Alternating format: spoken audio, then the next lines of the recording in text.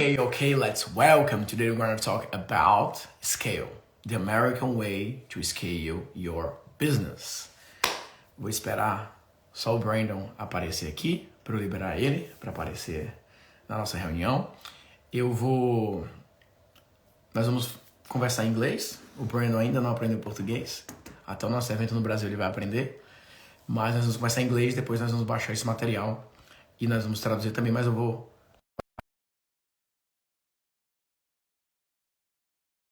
Deixa eu ver se ele já tá aqui. Agora já foi. Já aceitei. E aí nós vamos falar sobre escala. Let's welcome my friend.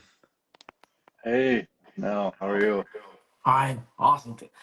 I'm really happy to have you here. I was talking with my friends here. You need to learn Portuguese in maybe a couple of months Yes, because we are going to Brazil with our live events. But we're going to talk about this later.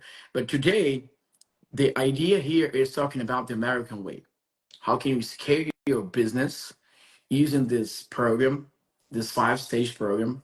But most important is how can an entrepreneur use the same strategies big companies are using here in the US? So it's really, really important for us to understand this.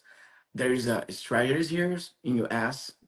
Any entrepreneur around the world can use it, but the most important is what's the best strategies to use for scale?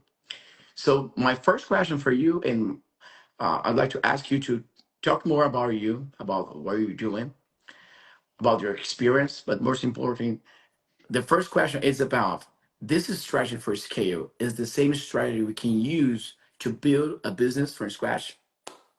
yeah, thanks. Thanks for that. Thanks for the introduction. So my name's Brandon Thurman. I've been working in the talent acquisition, HR space now for almost 20 years. I've been in a lot of different varied types of companies, everything from software to professional services, BPO, government, you name it, I've done it. Um, I've hired people, tens of thousands of people all over the world in over 60 different countries. Brazil being one of the biggest countries that I've hired in. So I've been doing this for quite a while. And company size, everything from 60 people and smaller up to 60,000. So again, like I've seen, if there's a problem in business and growing your business, I've probably seen it. And there's a program that I put together, 10, 12 years ago that when I work with these businesses, it helps them grow with control, with knowledge. A lot of times, especially for like a new entrepreneur that's just starting out, they have a great idea, they have a great product or a great service, and it's what the customers want, and that's enough to get them started. The problem is, it's like, okay, where do you go from there? After you have hit your initial market or released your initial product, what's next? And then it becomes really difficult because it's almost a guessing game sometimes. People use their feelings or intuition to say, I'm going to try this out, or I'm going to try that out. And you and I have talked about this before, is sometimes you're guessing, and after you do it, when it works out or it doesn't work out, you're not sure why. And that why something is working or not working is so important. And so I put this program together. It's called strategic resource planning. And it doesn't sound fancy or incredibly exciting, but what it does is it's so important. It takes and helps develop the business strategy and aligns it to the talent strategy, because a business's success is really based on the people that you have, you know, in your company and what they're focusing on. And what this does is it helps create this vision and alignment to where everyone's working together to accomplish the things that we need to accomplish. And it tracks those things um, throughout with metrics and key performance indicators, and make sure that you know if something's working or not working, and you can adjust quickly. Because the key to growing your business is to fail quickly and learn quickly. Too many times as business leaders spend months, if not years, trying something just to find out it's not really working. So this is something that the big businesses use, right? When you get to 10,000 plus employees, most of them have something like this. But you don't have to be a big business to use it. You can be a small, just starting, and this is going to give you a Yeah, 3-year that's true. strategy on what to focus on, so you know you can be successful. Yeah, we have this quote here in US. It is what it Yep. is. So the first time we are talking about this program, strategic resource planning, I remember, well, we can create a better headline, something like explosive growth, something more sexy, more fun. But the truth is, it is what it is. Yep. We need to stop it and thinking about this because we, as an entrepreneur, we always listen things like you need to think positively. You need to think about your dreams, your goals, and this is important. But at the same time, as a business owner, we need to think about the worst case scenario. And at some times we try to avoid this so hard. No. We just need to think about the good part, the good stuff, the money coming, my banking account. But in reality, the big company, it's most of the time thinking about, okay, what's the risk here? What we need to Exactly. do? What's the plan? And for me personally, it's really hard this because I'm this new era. I'm the new market. When I decide to become an entrepreneur, I look at all these books and try to work in my mind. But at the same time, the things start to happen with me. My company starts to grow. There's a moment that it's not about just looking for something aspirational. I need something. I really need to stop and thinking about this. What's the best way to do this? And for me, this is important because at the same time, people are starting business now.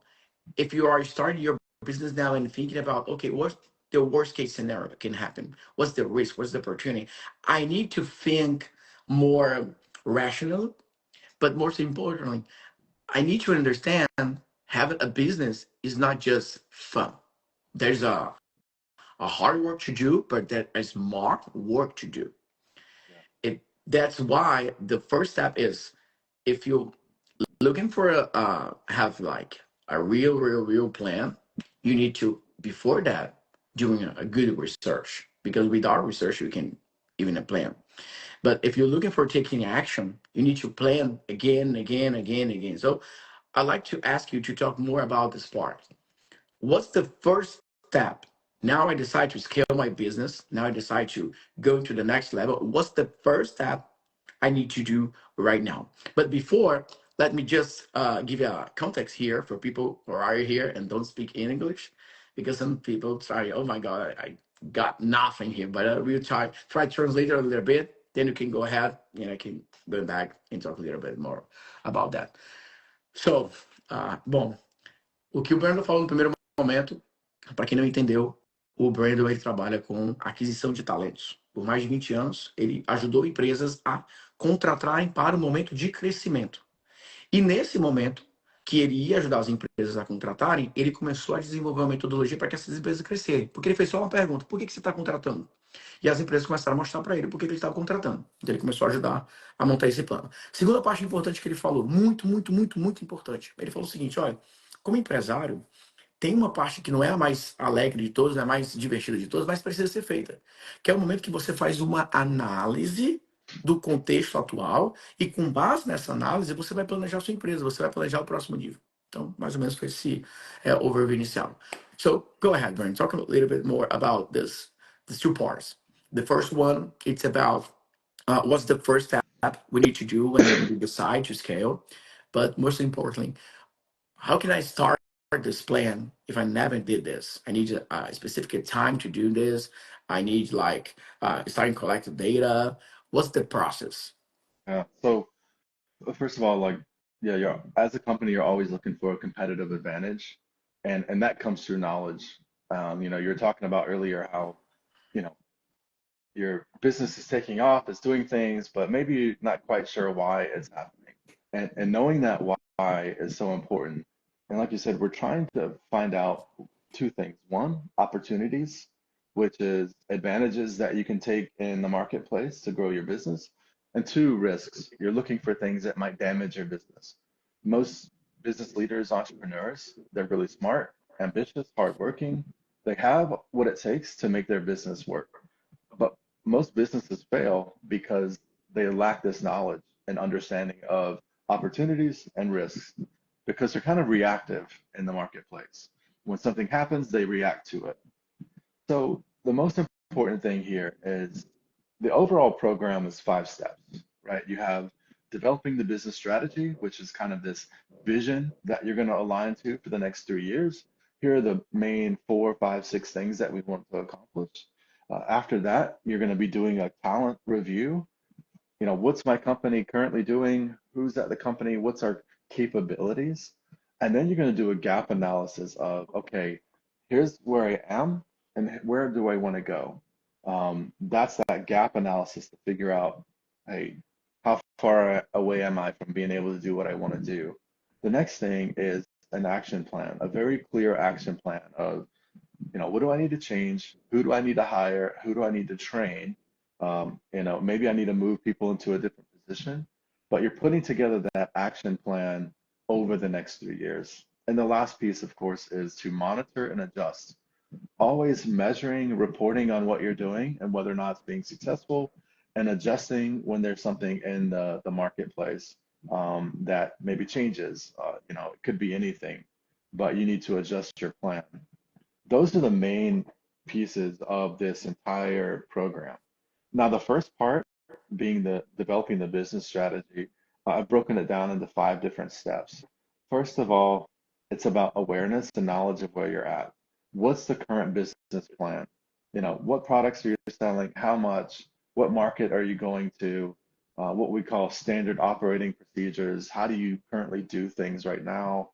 You need to kind of make sure that you have as much information and data and metrics around that piece, Mhm. so you're as knowledgeable as possible, because over the next few steps it's about really a discovery process. The next one being, hey, I want to do this environmental scan. And what that is doing a SWOT and a pestle analysis. And I won't go into all the details, and unless you want me to later, but Yep. this is really looking at your internal environment and saying, what are our strengths and weaknesses? What can help us? What are we really good or bad at? What are our opportunities and threats? And then Pestle's looking externally. What's the social factors or political factors that could affect my company? What new technology is coming out that I could utilize to increase things? There's a lot of things that you're looking at. The next is, after you start thinking through those ideas, you're going to have like these actions. Well, okay, that means I can probably do this as an opportunity, right? There's a new technology out. I can use that opportunity. Maybe there's a risk. Hey, there's a new law being passed that might hurt us, or a new policy that would hurt us. Let's make sure we're adjusting to it. Once you have that list of opportunities and risks, then it's about coming up with our draft. We've talked about this, a draft Mhm. strategic objectives. These strategic objectives are, um, what's the direction that we're going to take with the company? And lastly, prioritization.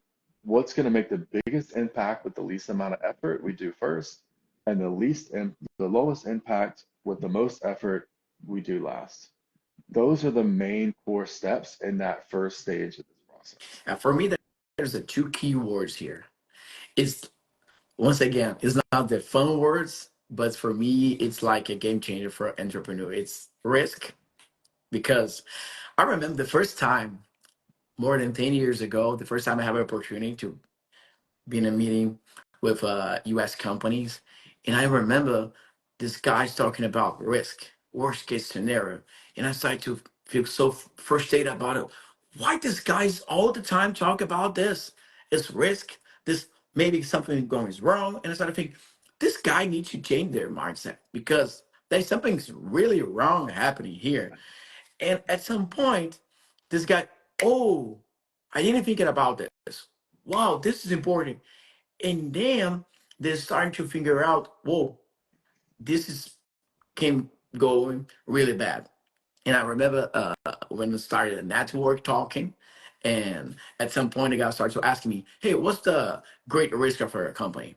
And I'm like, well, I don't know. Uh, in next year, what do you think is going to be your great challenge? I don't know. But if you're asking me about my goals, if you're asking about my funnels, my strategy, my copy, all the kind of stuff, marketing stuff, oh, I have all the answer. Then I started to realize, yeah, maybe there's something missing here. So the first word is risk. And the second one, we're talking yesterday, is about the draft. So the draft is important because sometimes as an entrepreneur, you're always thinking about getting things done. That's it. It's now. Let's do it. Let's do it. Let's do it. And I remember here a couple of meetings, the guys, what are you doing? No, we just looked this draft. And then, no, we just trying to figure out if the best thing to do. And how long take this part? Oh, maybe weeks. Wait. Taking weeks to look at this draft and thinking about it if you're gonna do or not. That's not the way we normally do in market area, for example. But after a short period of time, I started to figure out this is the best way to do this because the worst thing can happen with you is you decide to do something, you start doing something, and then say, okay, maybe it's not the best decision. Going back. We have this bridge gap. We have this like as a philosophy. Don't start a bridge you can't complete because you give up. So this true words is really, really important for us because it's a different way to look for the same opportunity. You're talking about opportunity and risk.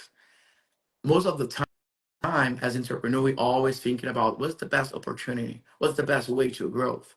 But if you're not stopping and thinking about the risk, there is a great, a huge risk here. Yeah. So I ask you to talk more about this two things, but more important, what's your experience? Because we talked about this early. Some at sometimes you talk with entrepreneur and say, "Hey, there's a bigger risk here," and sometimes entrepreneurs say, "No, we don't." And after a short period of time, you figure out this happened. So I'd like Yeah. to you talk more about this. But before, let me give a context for my friends here. Então, pessoal, a gente bateu um papo agora? Nós falamos sobre duas coisas importantes. Primeiro, eu falei sobre a minha experiência. Quando eu cheguei aqui nos Estados Unidos, eu cheguei com aquela mentalidade, né? Cara, mente milionária, vamos vender, vamos faturar, vamos crescer. E a primeira reunião que eu participei, os empresários americanos eles só ficavam falando qual é o risco, o que, é que pode dar errado, o que, é que pode dar ruim, o que, é que pode dar ruim, o que, é que pode dar ruim. E eu comecei a ficar angustiado com aquilo. Eu falei, meu Deus do céu, esses caras só falam coisa ruim, o que, é que pode dar ruim, eu quero saber das metas. E a segunda coisa que eles falavam era, vamos fazer um rascunho. E o rascunho, um draft, eles ficavam fazendo rascunho e ficavam olhando. Sabe que a gente vai fazer isso? Será que não vai fazer isso? Eles passavam a maior parte do tempo pensando o que é que podia dar errado e decidindo se eles iam fazer aquilo ou não. E eu comecei a ver que aquilo era importante. Se você parar e ficar olhando assim, poxa, é isso. E aí o Brandon falou mais sobre esse processo. Ele falou das 5 etapas. A primeira etapa é você analisar o teu negócio atual, a tua ideia. A segunda, você levantar todas as informações possíveis para que você possa ter um momento de reflexão, de análise. Terceiro passo é fazer essa análise. Ele falou da análise SWOT, que é uma análise muito conhecida, mas tem essa PESTLE, que é muito bacana, que é análise do ambiente externo, ambiente político, ambiente econômico. E por fim ele falou, ok, você não planejou e agora você vai fazer. Você faz um primeiro rascunho, como se fosse um MVP do planejamento, e aí sim você vai executar. Então foram essas etapas que ele explicou. So, go ahead, Brandon. Okay. So talking about opportunities and risks, there's an American boxer named Tyson, and he has this famous quote of, "For boxers, everyone has a plan until they get punched in the face." And it's really like that with business, meaning everyone starts off and they have this plan, but when something terrible or bad happens, they don't know what to do, and they struggle. The wonderful thing about most entrepreneurs is they have the ability to ignore risks almost. And to start a business, like you really need that. I know a lot of people that would be great at being a business owner, but they worry about the risks too much. You know, that's all they think about is risks. What bad could happen? Um, and the beautiful thing about an entrepreneur is they're able to ignore that. But the problem is that's great for getting started. But once you get going, you need to be able to know what might happen. Um, this is what makes the difference between a 2, 3 year company and a 20 or 30-year company is always understanding, okay, what's the risk involved? Meaning, you know, if something changes, how is it going to affect my company? Are we prepared to make that change or that adjustment if needed? Um, Instead of being reactive, being proactive. Hey, you know, I've got a competitor coming over here that I'm having to compete with, and they just launched this new technology or new product or whatever. You know, am I prepared to offer my customers a similar or better technology? We all, I think, I don't know, here we remember MySpace. You Mhm. know, before Facebook, it Mhm. was a great social network. People are involved. I don't remember anyone complaining about MySpace. But then Facebook came along and changed the game, right? We're talking about a company that, again, it wasn't bad, but it didn't offer what we didn't know we wanted. And that's the same with every company is you have to look at the opportunities. What can you do differently? Can you do better? And look at the risks. What could damage my reputation, my product, my customer experience, and adjust ahead of that. And if you do that, you have better control over how much money you're going to spend on it, the resources that you need for it. The worst case scenario is that you're always reacting, you know, to what's happening, you know. And sometimes when you have to react, it's a little bit more than you can afford. I have a phrase is like the power or the risk of the blue, because here in US we have the expression out of the blue.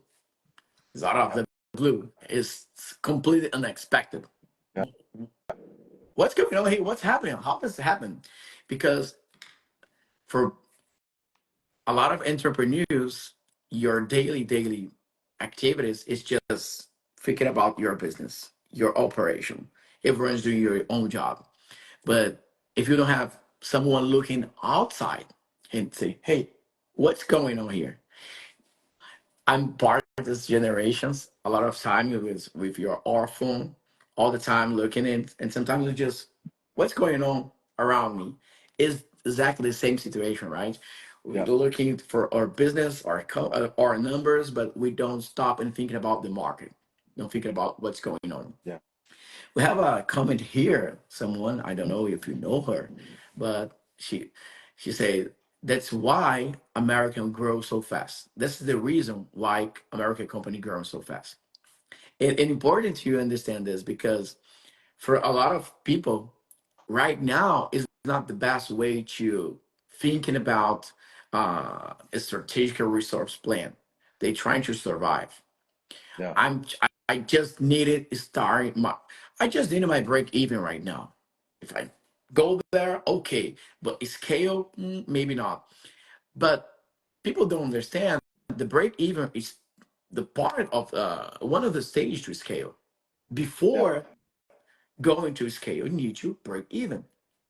And I understand this. At some point in US companies, they understand if you don't have this real clear vision about the future and about the way you're going to scale your business, there's no reason to keep on doing this. There's no reason to just follow this strategy. So if we have this plan, if we have this clear vision about the future, it's really important for you doing this right now.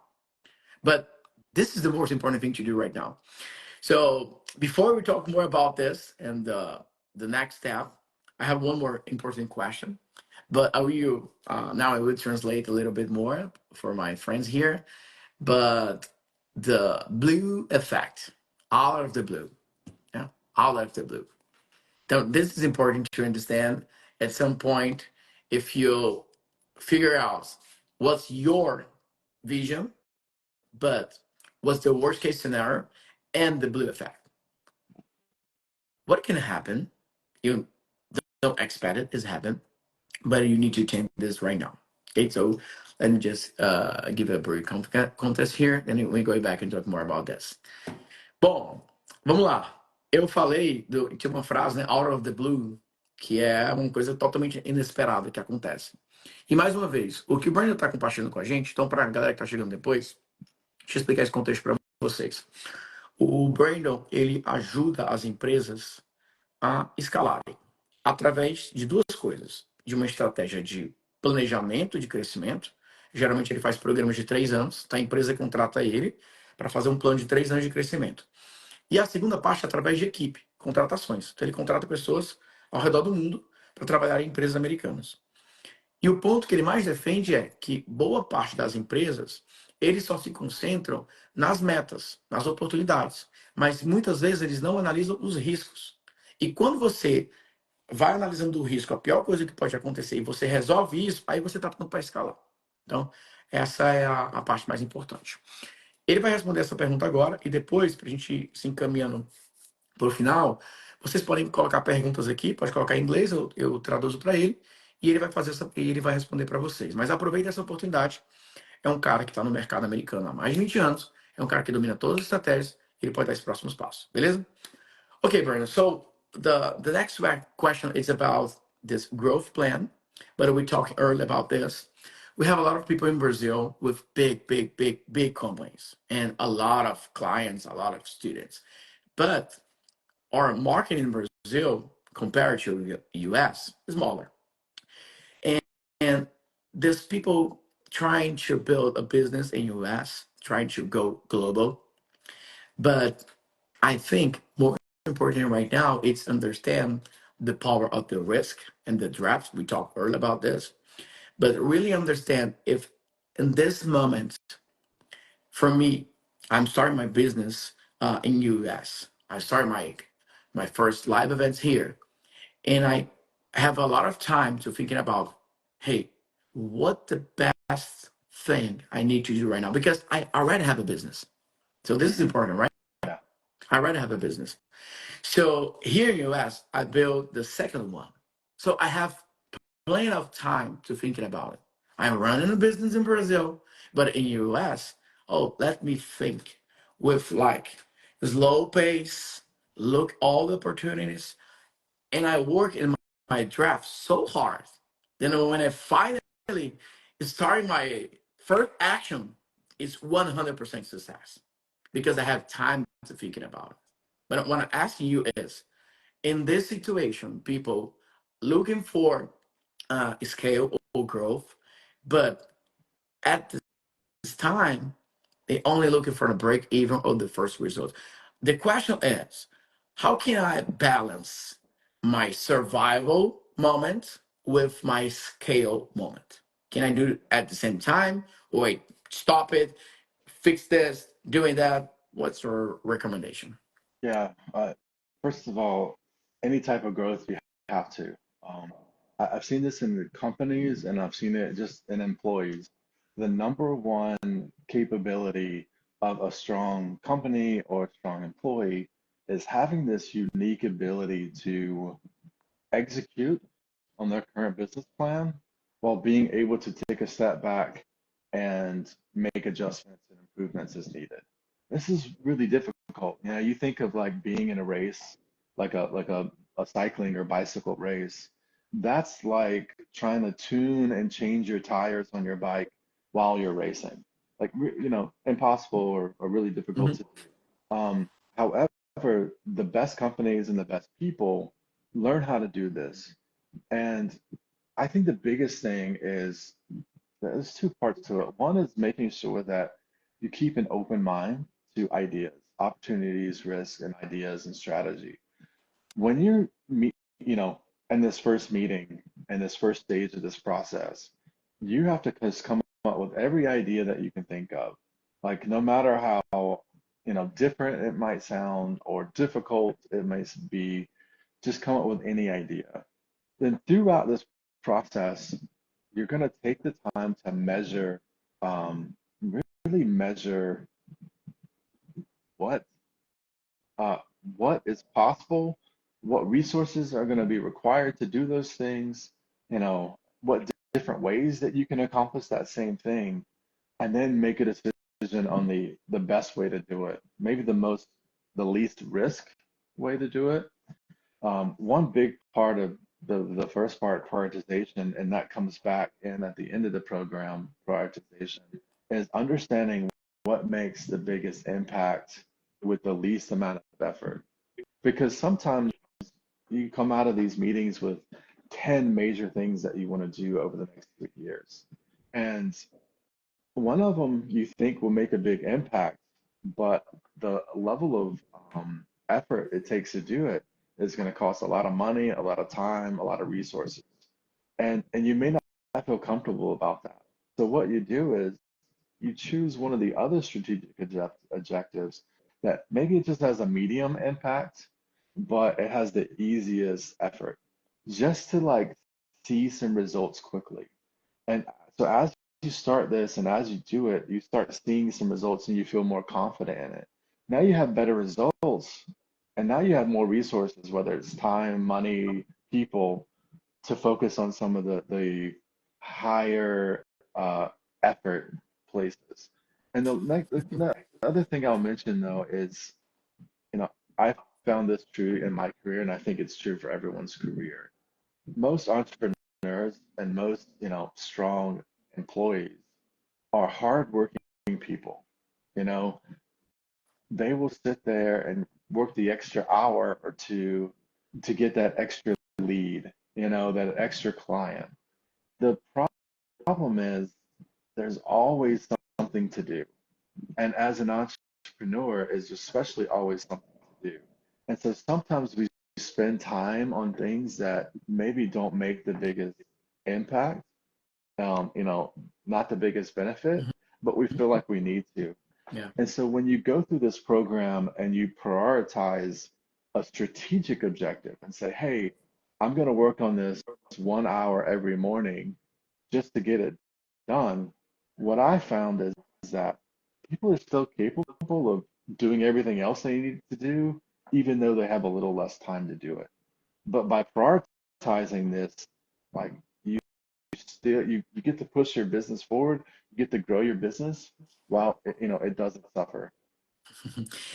The my first meeting, mastermind meeting here in US, it's a really hard experience at the first time. I remember I have the microphone and it's like, hey, okay guys, let me talk about my ideas. And I talk, and okay, you talk a lot of different things. What the major things you're gonna do now? Well, I don't know. So thinking about this. And that's it. But that's true. Yeah, At some point, I understand we don't need your story. We don't need talk. We need to decide. So, okay, you have 10 ideas. You can do all the things at the same time. Just choose one. But choose wisely. Choose the what's the option. You can have the big impact fast away. Okay, now I need time to thinking about this.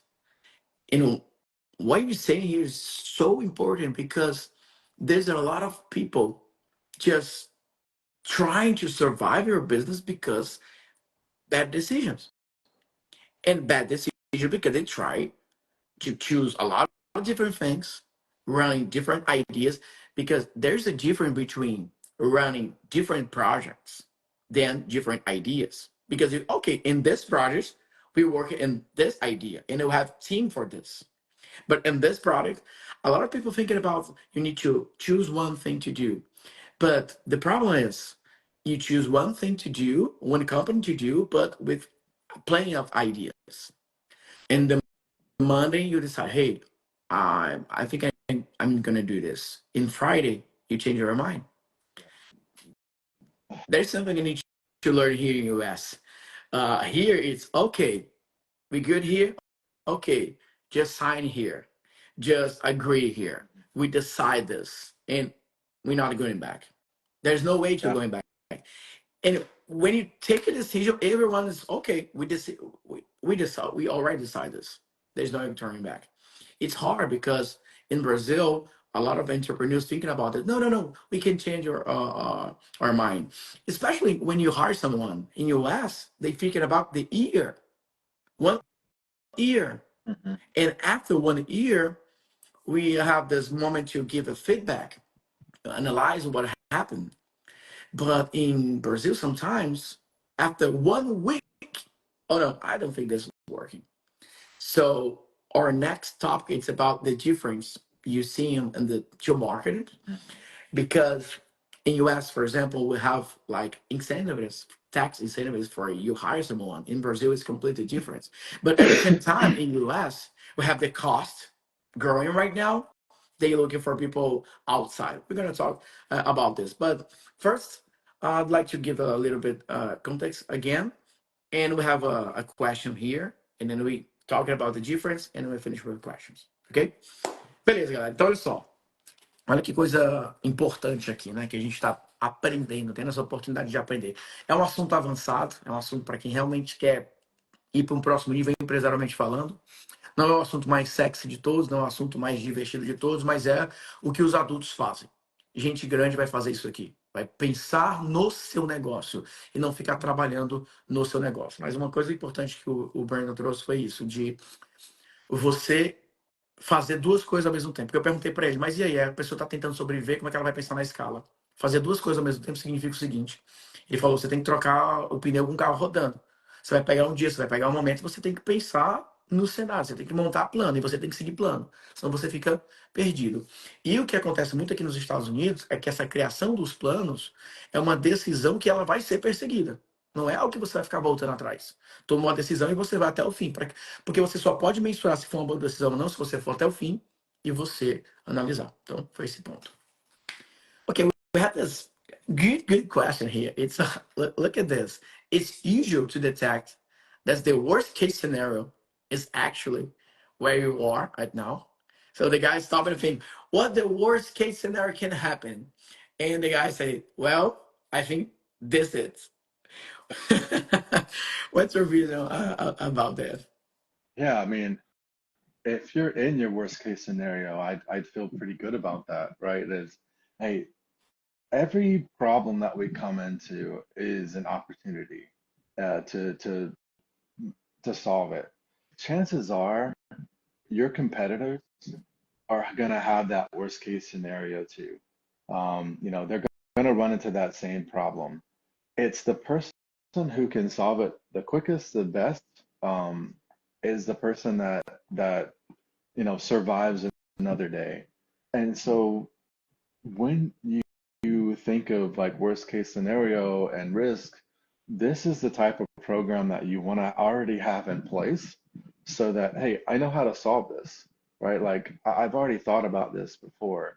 I think kind of going back to the whole fighting concept, fighters or, weightlifters and athletes, what makes one thing that can make them really successful is just imagine a basketball player, they don't just go out there and play the game. They don't just go out there and practice. They also have mental exercises where they think about shooting. They think about different scenarios and what they would do in those scenarios so that when that happens, they're ready for it, right? They don't freeze up. They're not anxious. They know what to do and they're able to figure it out quickly.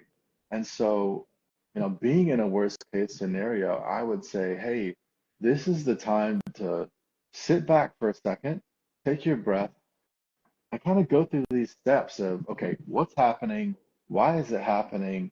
What are some different ideas? What's the effort of those ideas? How much would it cost to solve it?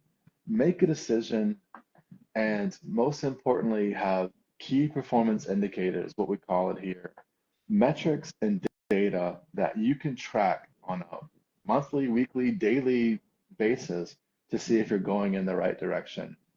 We were talking about this earlier. about, people not willing to make changes. I think that's due to two reasons. One, they really don't know if something's going to work out. They don't really know the answer. They don't have the knowledge, or they haven't thought through all the different ways to fix something. And two, even when they act, when they choose one of the solutions, when they start acting, they don't know whether or not it's working until way, way far, in the future.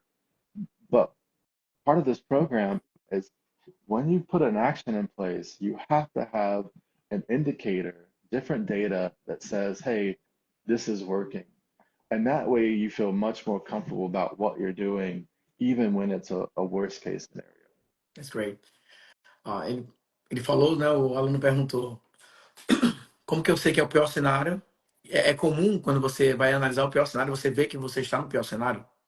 E ele fala que se isso está acontecendo para você, existem chances que esteja acontecendo com outras pessoas, com outros mercados. Mas ele deu o exemplo de um jogador de basquete. Ele não está ali só treinando, ele não está ali só jogando, eles têm um momento de pensar nas situações. Se isso acontecer, e se o time adversário fizer isso, o time adversário fizer aquilo. Então é de ter um equilíbrio disso. We have another question here. It's about how can I know when it's time to change my ideas and how and can figure out the best way. I just want to add something to for this question. A little context here about I understand why this question here and going this to the next point about the difference Brazil and US. Um, in Brazil, a lot of entrepreneurs they need some kind of results to understand. Okay, I'm the right way. I need to keep in doing this. But at some time, when you fail, you use a lot of this word, fail quick, fast, fast, fast, fast. Because when you fail, okay, this way is not work. Let me try another one. Let me try a different one. So in my perspective, when you figure out this is not working, but I really trying to do this, I mean, until the end, because I have a lot of students that say, hey, you need to build this offer and you need to run this campaign. In the campaign, it's about 10 offers, 10 emails, 10 videos. And after the first video, hey, I think this is not working. Well, you still have 90 videos to try. If you finish this campaign, it's not working, we can build another one and another one and another one and figure out what's working or not. Because sometimes change idea is excuse to give up. Oh no, I think this is not work. I try. You really try this? I don't think so. But I think this is our main problem in Brazil. It's when you fail in Brazil, someone sometimes people just I told you. You see, it's not working. It's not worth. But in US, when you fail, everyone is looking for you for yeah, you learn, you have a lesson here. Now keep it doing. Because it's like everything is a regular. Everyone is trying to do something. Everyone's trying to fail. And here, after you fail a lot of times, then you finally have a small victory. You're like a hero. Oh, you are the guy. But in Brazil, look, this guy. They're supposed to try to get a job or something. And this environment sometimes hurts because you have a family, your family have expectation about you, your friends, in my case, I don't know yet your background story at school, but in my case, no one have uh, like a great expectation for me because at school I'm not the cutest student. Everyone say, "This guy, no, no, no, no, no, no, no, no," and okay, no one is looking at me at the time. But suddenly I started to, okay, I can do this. Let me try, and work. So you can answer this question, but it's important for you know this background. A Yeah, lot of people here are watching was and saying, okay, I need to think in my resource plan, but also I need results to show other people I can do this. yeah. So I read this question in two different ways, and I want to answer it in two different ways. One is if you're operating in a business when do you know that you need to change something or improve something? And that answer is you should always be asking and questioning if something needs to be improved or changed, right? That's a continuous improvement. But once you put a change in place, which I think is what they're asking, how do I know, how do you know when, hey, this idea isn't quite working? Um, and again, the nice thing about this program is you come up with the different solutions. Again, it could be hire someone, train someone, it could be, bring an external uh, resource or knowledge expert into it so you better understand things. You gotta make key milestones. This is where project management kind of comes into place. You have key milestones that you need to reach, and each of those milestones should have an outcome, right?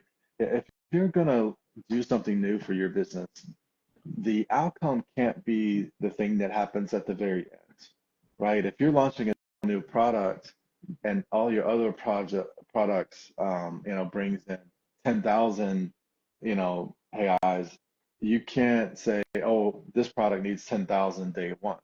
No, like you can't expect that. But what you can have is like, hey, do I get good reviews?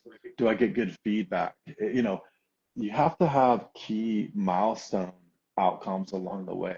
Those are the things that are going to keep you moving forward in the right direction. Um, how do you do that? You look at past behaviors of similar products, similar services. You talk to other people. You meet with external experts who have done the failing for you already, and you learn from their mistakes. You do all those things so you have like a controlled environment of saying, okay, what's working, what isn't working. And I don't know if you want me to jump into the America versus Hmm. Brazil Go culture. ahead, go ahead. So in my experience, what I see is, and there's an overlap of cultural things, but I think in Brazil, it's very heavily relationship based, right? It's feelings, relationships, discussions, communication, those type of things in terms of like, who do you know? Oh yeah, I really like this person, therefore I think they'll do good at this company. In America, maybe 20, 30 years ago, it was more like that. But things have changed quite a bit in terms of data and information. Now it's all about show me the numbers, or show me the results of what you're doing. And so here, yes, you still have to have relationships. You still need to know how to influence and persuade other people. But in order to do that, you not only need a good story, you need the numbers to back it up. Like I can tell you about a new idea I have and it sounds great, but people can ask, okay, what's the market for that? Is there an available market? How much is it going to cost? How long is it going to take to do? How many people do you need to run this? They're going to ask all those numbers. If you don't have that information, your project's never going to get approved. And so it's very, very heavily a mixture of, yes, the relationship, the story behind what you're doing, but also the numbers. And as we talked about earlier in talent acquisition, where I did most of my career, this is very true when you're interviewing somebody. A lot of hiring managers will interview people and be like, I just don't feel like they'd be a good fit for this job. And whenever I hear someone say, I don't feel like, or I don't think, but they don't give any information behind it, it makes me feel like they are going off of their feelings and maybe there's some bias involved. And I've always said this in business and I've said this in recruiting. Listen to your feelings, but qualify those feelings. You know, Wow. I'm having a feeling, but why am I having it? It could be a bias, it could be real. But if you don't know exactly why you're feeling a certain way, then you probably shouldn't make a decision yet. So going back to that question to wrap up, you may have a feeling of this isn't working out and I need to change. Answer why do you feel that way? If you can't answer that question, if you can't have a for sure answer of data, then just keep going. Wow. Wow, so much content here. It's hard to translate everything, but the key points here is the last part is really great advice about listening or feeling, but qualify as well. This is important because we have a lot of feelings all the time. Yeah, And sometimes you wake up and say, okay, I'm the great entrepreneur of the year. And the same day you start to think, oh, maybe my company not survive for the next 2 or 3 years. But before that, this part about US and Brazil, I I agree with you 100%. And for me, it's really hard to start doing this, shift, because every time you start to look for the numbers, and we have this expression here, all business, you figure out the truth so fast. And the truth sometimes is hard decision. For example, well, this person here, I really like it, but it's not working. The numbers are showing me it's not working. Well, this product here, I love it, but it's not working. The market wanted this product. Or sometimes my message is not working. My numbers is not good. Are not good right now. So face the truth requires a lot of courage. You need to, okay, I need to do this, but I need to do now because the numbers are showing me this. The numbers tell the truth. It's not about the feeling, but about the numbers. I have one more question. Se vocês quiserem mandar mais perguntas, galera aqui, pode mandar que eu traduzo. O pessoal que pergunta aqui em inglês pode perguntar. But I have one more question, and we going to the end. But it's about goal. The, when you decide, okay, I'm looking for the next level. I'm looking for a scale, but how can I define the goals for my company? Because I talk a lot of time with different types of companies, but the pattern is, okay, I'm looking for this number here, 10 million, 20 millions, 5, 4. It always about the number. And I start to asking questions, okay, what's the net profit? Well, I don't know. And start the I don't know. But there's a one question no one can answer. When people tell me the number, hey, I'm looking for 10 millions. Okay, why? Why?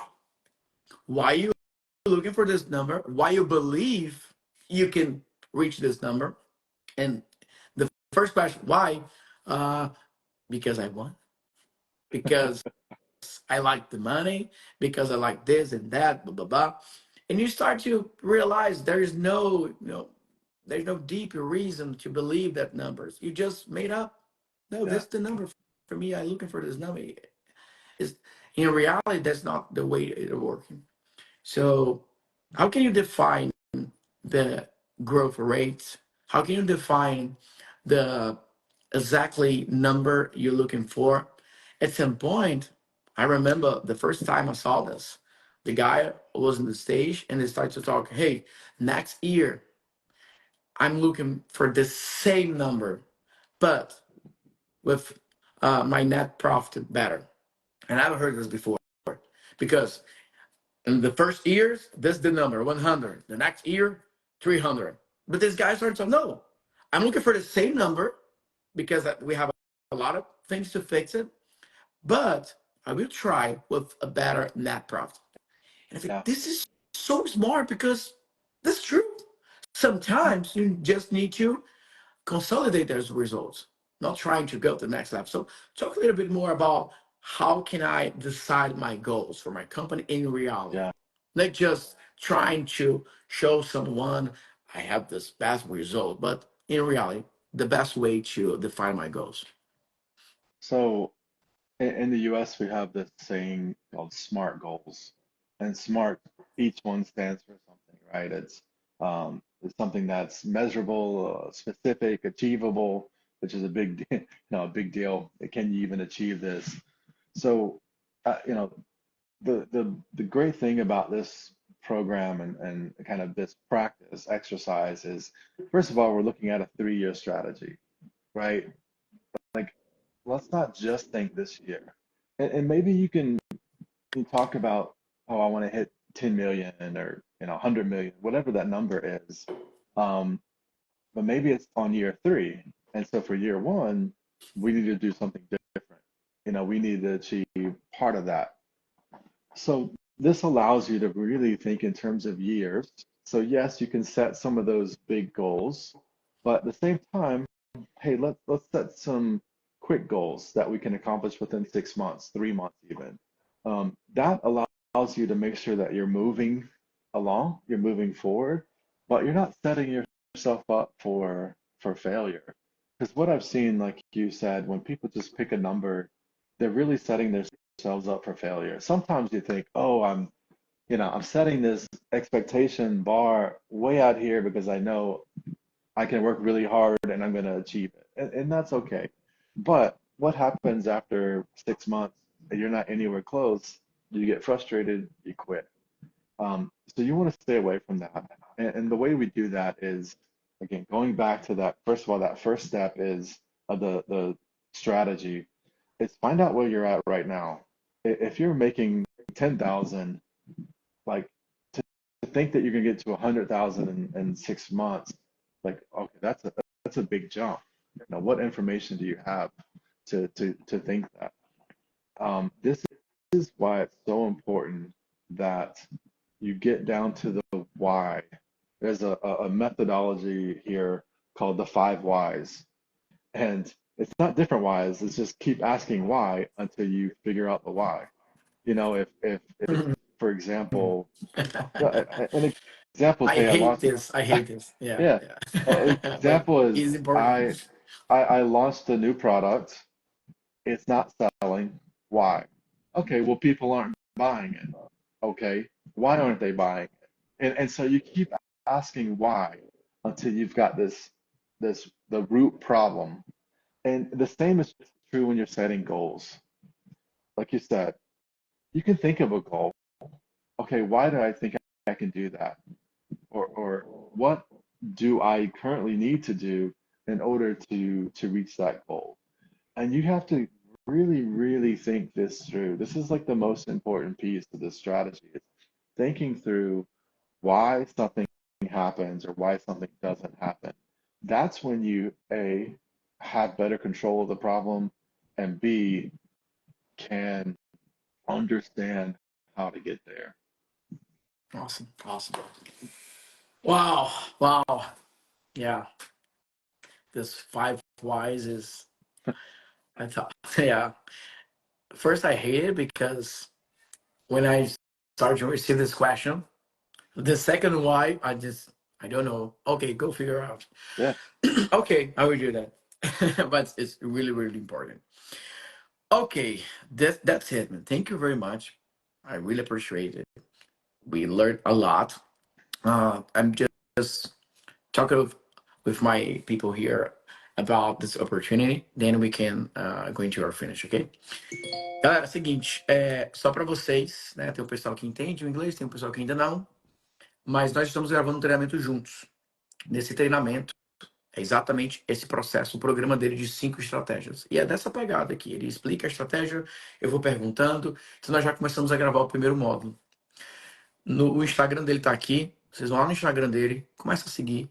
Ele tem 2 programas muito legais. Um para ajudar quem quer trabalhar para empresas americanas. Ele tem um caminho para você trabalhar para empresas americanas. Tem 3 metas para esse caminho. Na nossa próxima papo a gente vai falar sobre isso. Ele tem 3 caminhos para quem quer trabalhar em empresa americana. Mas para os empresários que querem escalar o negócio, ele tem 2 programas. Um é esse que é gravado, que é um curso que nós estamos criando. Esse curso nós vamos fazer nos Estados Unidos presencialmente, mas é para americano. Vai ser todo em inglês. Então, nós vamos fazer treinamento para os americanos aqui. E online, aí vai estar lá em inglês, mas a gente vai traduzir todo esse conteúdo. Então, vocês vão ter a oportunidade de ter esse conteúdo. E o Brandon também tem a mentoria 1 a 1. Então, se você quiser contratar ele, você pode ter uma mentoria com ele, uma reunião, ele vai perguntar para você as estratégias. Ah, eu não sei falar inglês 100%. Tem pessoas na equipe dele que falam português que podem te ajudar nessa reunião. Então, você vai falar com a pessoa em português, ele vai responder, a pessoa vai ali, faz o processo com você. Então, ele pode te ajudar a fazer esse plano de crescimento, principalmente para a galera que já está na fase da escala. Ele tem esse modelo individual e nós temos esse treinamento que nós estamos gravando juntos. Então, você pode mandar mensagem inbox no Instagram dele para falar sobre esse processo. Beleza? Okay, my friend. So I'm talking good stuff about you, but also talking about our program together and the mentoring you have, the program you have. But for me now, I'm just like to ask you to finish this talk here, this live here, with a couple of advice for who are looking for at this time, thinking about, okay, this year right now in US, we are in the election year. So everyone's trying to, okay, maybe this is gonna happen. Maybe this year this is gonna change. Here in US, we always thinking about the next season. Oh, the FedEx will drop the interest rate. There's an impact with that? Yeah, for sure. In my area, okay, what are you gonna do right now?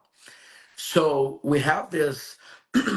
There's a friend here who use this phrase: less feeling and more data, and that's true because at some point you need to think like a owner business. And for me, I'm the middle of the process because I'm really a relational person, and sometimes well, I don't know if I need to say this, but I'm the process. I'm gonna say this. So at some point, and last week, I have a meeting with a couple of clients and say, hey, I'm done with your project. And that's the reason. You're not doing this, this is not working, you're not using that strategy, and we finish. It for me it's hard to do this because I will always try give it another shot. No, one more chance, one more chance. But I started to figure out, no, I need to establish this pattern here. And in America, it's easy for someone to say, hey, it's not working for you. This is not working. I remember there's a friend, his daughter is being a part of the project, and his daughter is not being involved in the project. And they want to say, hey, your daughter is not being a part, so she's not allowed to going back. And we know, and she started to explain, but she's like, no, because this school is for people who are looking for this. But she's not looking for this. That's it. It's hard to do, starting to start up this year. But for me, it's like I'm in the middle of the process.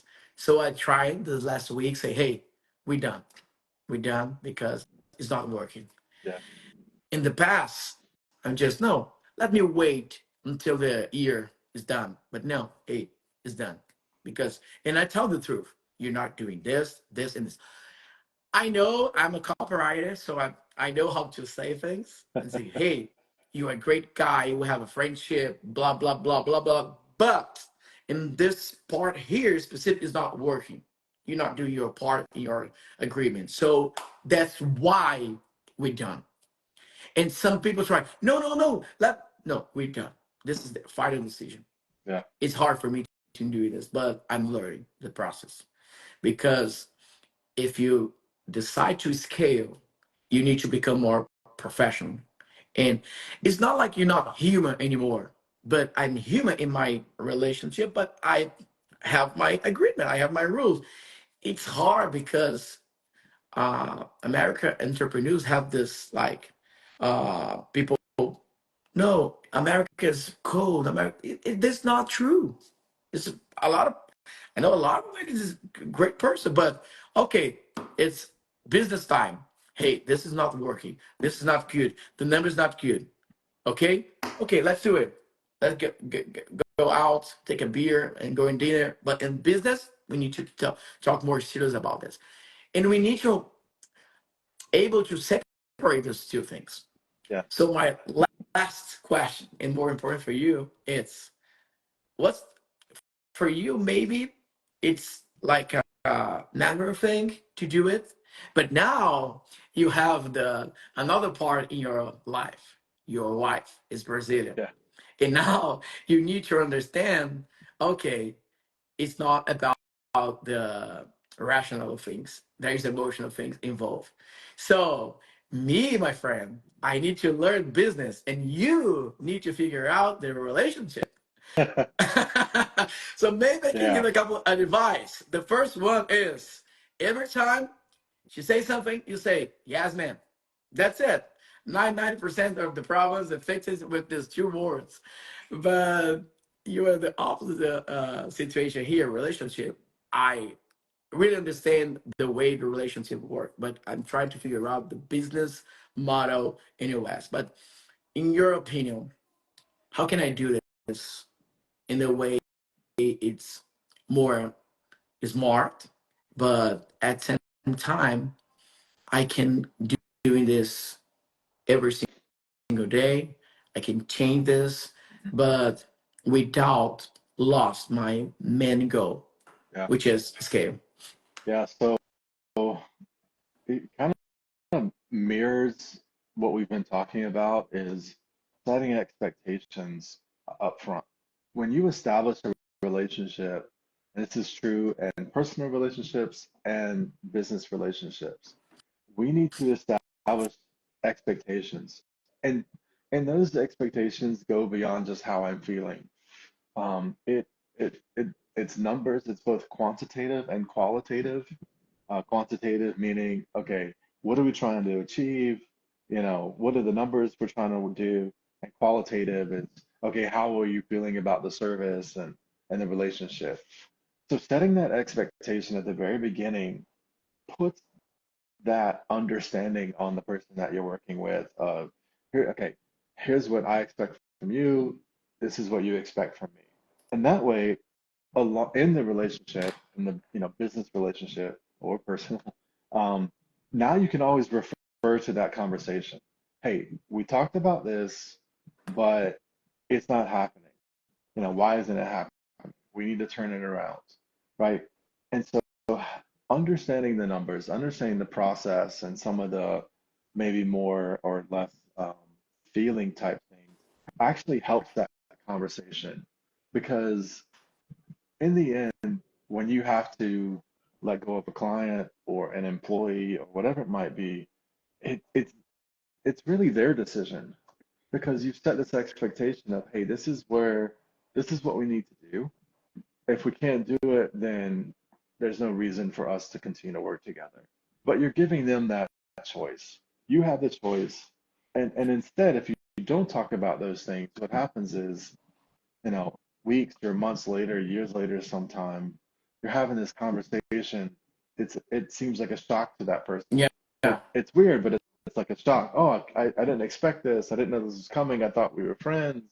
And so setting those expectations and reviewing them often is the way to make this conversation easier. Awesome. Awesome. Perfect. Thank you very much, Brandon. Thank you very much.